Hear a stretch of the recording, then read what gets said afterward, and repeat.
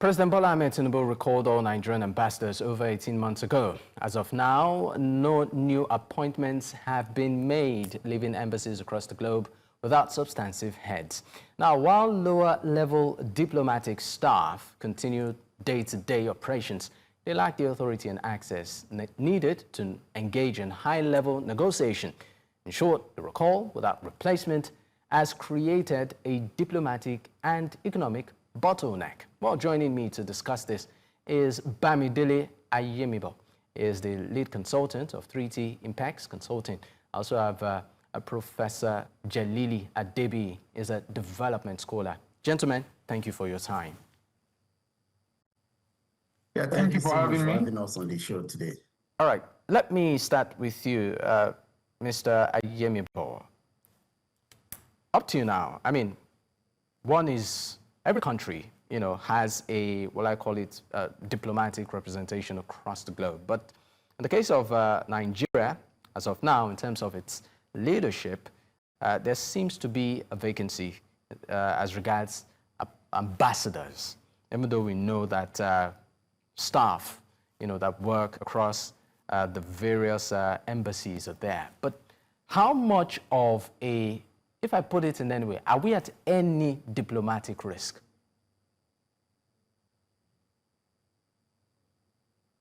I won't call it risk, I will call it a disadvantage, actually. If you look at what happened in the US recently, between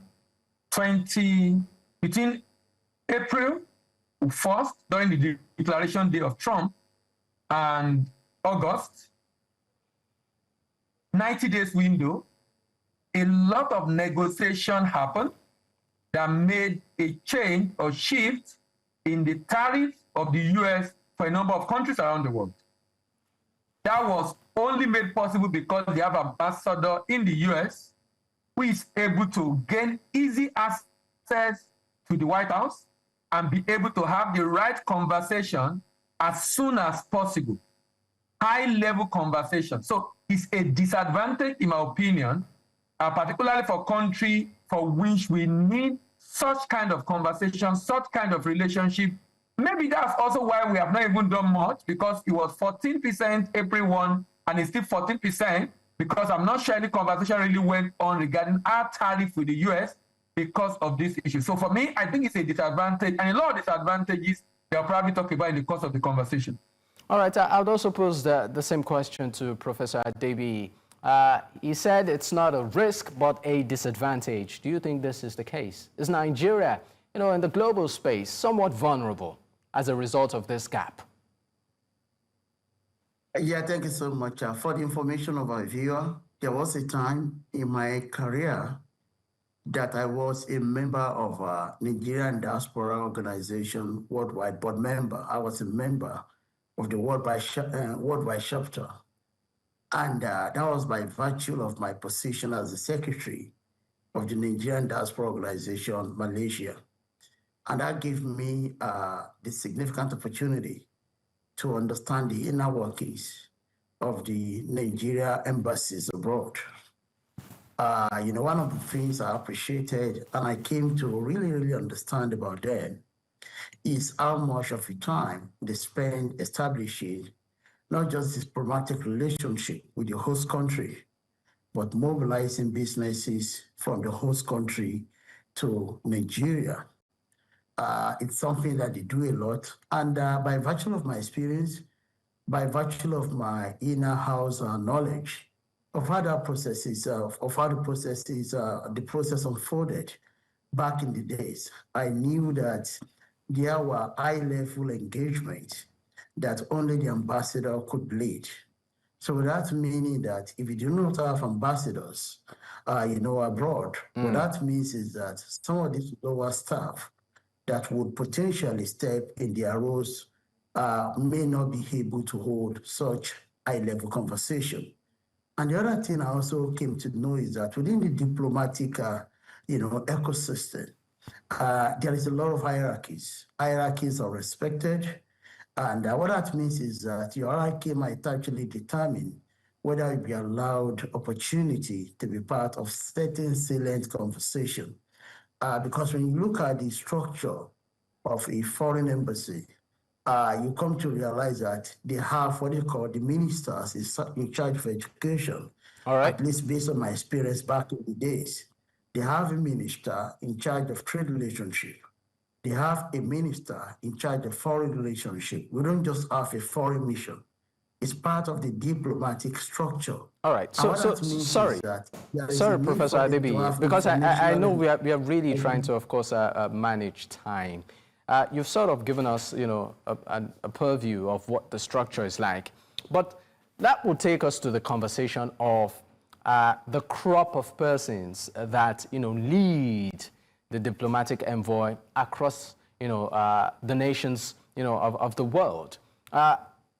For some Nigerians, they feel that, unfortunately, they are mostly political appointees, maybe not technocrats per se, who understand, you know, the process and the magnitude of that role, but political appointees who are just given these positions, you know, as compensation for their support, you know, maybe during elections or loyalty, so to speak. So I'd like you to sort of talk on the crop of diplomats or ambassadors that we've had over the years, because one of their key roles is to also bring in investment, ensure that there are strong economic ties, sell the country, you know, positively and all. But we know what the stats are saying in terms of how some Nigerians and their experience, you know, at the embassies across some countries. So what's your take on this, the crop of persons or appointments?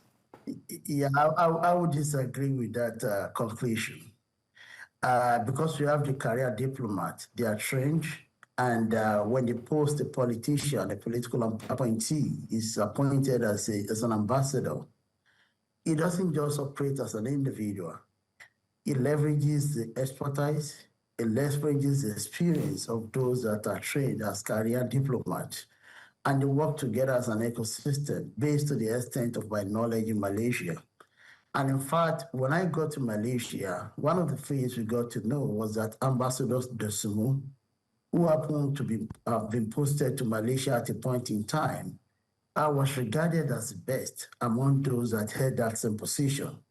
When I was there, Ambassador Peter Anegbe was the ambassador. He was in charge of Indonesia. He was in charge of Malaysia. All right. And when we started comparing notes about the performance of Anegbe versus Ambassador Dosunmu, Dosunmu was highly rated in terms of performance more than Anegbe. And in fact, I had to take on Anegbe and ensure that he was sent back to Nigeria. When he came back to Nigeria, he later became a commissioner under the leadership of Governor Adams Oshiomhole. All right. So it all depends on the individuals. It all depends on whether the individual is able to humble himself or herself and work with those that are trained and professionals in this particular arena. All right. I'll come back to you, Professor Adebiyi. I'll come back to you, please. Just let me, of course, direct my next question to Mr. Ayemibo. Mr. Ayemibo, let's also look at Nigeria and its global image, you know, across the world. I mean, to a very large extent, some Nigerians will tell you that it's not at par, it's not, you know, the best of image.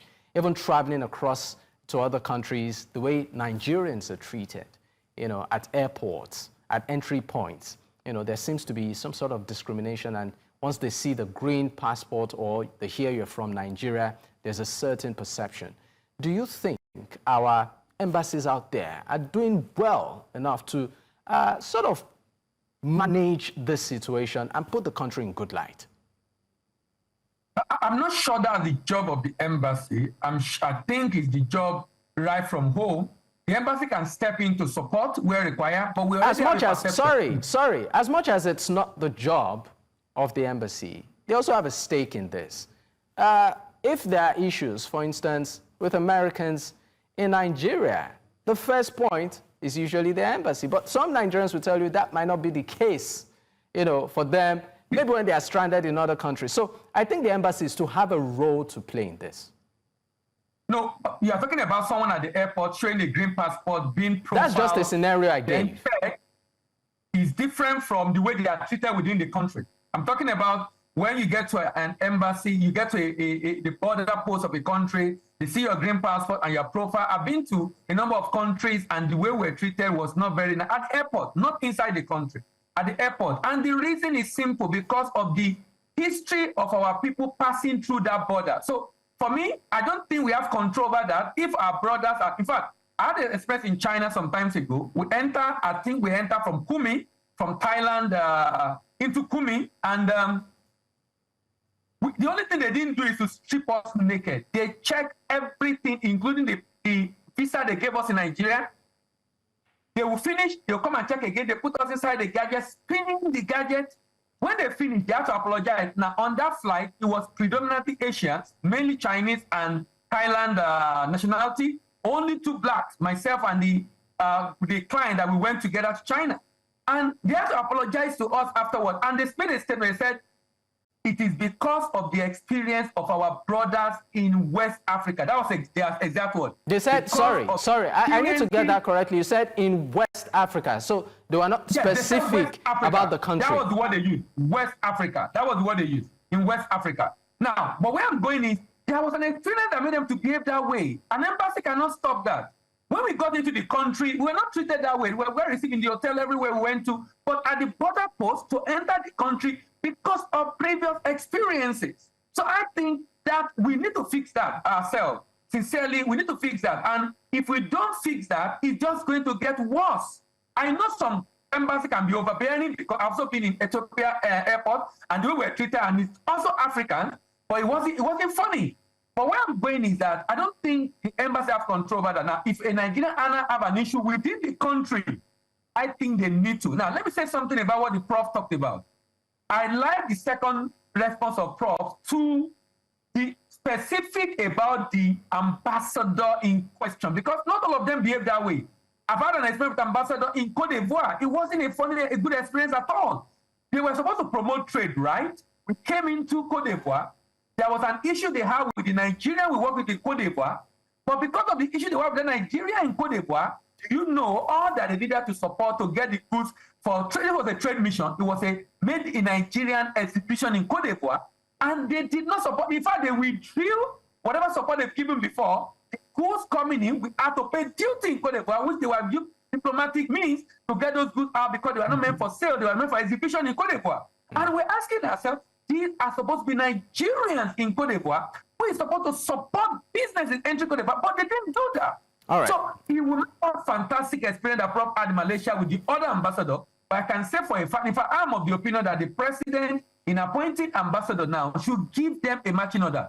In a year, if you don't double Nigerian trade with the country in terms of export volume from wherever you met it, then you should resign and leave. All right. If you are not going to add value to Nigeria abroad, then there's all right, no point being in that. Mr. Bamidele Ayemibo, we need to go on a quick break. When we return, we'll be taking our final thoughts on this. Stay with us. We'll be right back. Many thanks for staying with us. It's still Politics HQ on News Central Television. Let me come back to my guest. Now, I would just like you to give your final thoughts in 30 seconds, Professor Adebiyi. In terms of, should the president choose to appoint new ambassadors to represent the country? In bullet points, 30 seconds, please. What should be the criteria? What should be their matching order? I think it is high time the decision is taken for many reasons. One was taken for many reasons. One, it is important because we are facing enormous trade challenges, especially in the era of tariff being imposed by President Trump. This is disrupting a lot of trade relationship among countries and between countries. So I think it is important that Mr. President makes this decision on time. And the other thing is also related to security issues, because another issue that these embassies, they also get involved in is that they facilitate the process of exchanging high-level security information. They don't want to do this with the ranks and file within a diplomatic corps. And that is why it is important for the president to also consider the fact that these embassies, they will also assist us to go a long way in addressing some of the security challenges that we might be facing internationally. All right, thank you so much. Professor Adebiyi, thank you so much. We are really trying to manage time. But let me quickly take your final thoughts. Mr. Ayemibo. In as much as politicians need to reward whoever it is that have supported them to come into office, as far as the diplomatic, as far as the appointment of ambassador is concerned, the criteria should be such that we are choosing either politician or career diplomat who will be able to increase Nigerian trade with the host country, meaning they need to be given a target of what they must achieve within a year or two of being in that position, such that at the end of the day, we can see the impact of their work abroad with what is coming back as income or investment back at home. This is very important because we already have lost a lot of ground because they are not there. Now that they are coming in, it shouldn't be business as usual. It should be such that they have a target and that must be reviewed just like the one they have for the minister and ensure that anybody not meeting up with its set target should be relieved of the job they have given to them. All right, gentlemen, it's been a pleasure having you on the program this evening. Thank you for your time. Bamidele Ayemibo, lead consultant, 3T Impex Consulting, and also Professor Jelili Adebiyi, development scholar. Gentlemen, once again, thank you for your time. Well, this is where we drop the curtains on today's episode. In case you missed out, you can catch up on our YouTube platform. That's at News Central TV. You can also choose to follow us on social media. The handle is there on your screen. You can choose to follow me personally at Dakpo Adebiyi. Until I come your way again tomorrow, good night.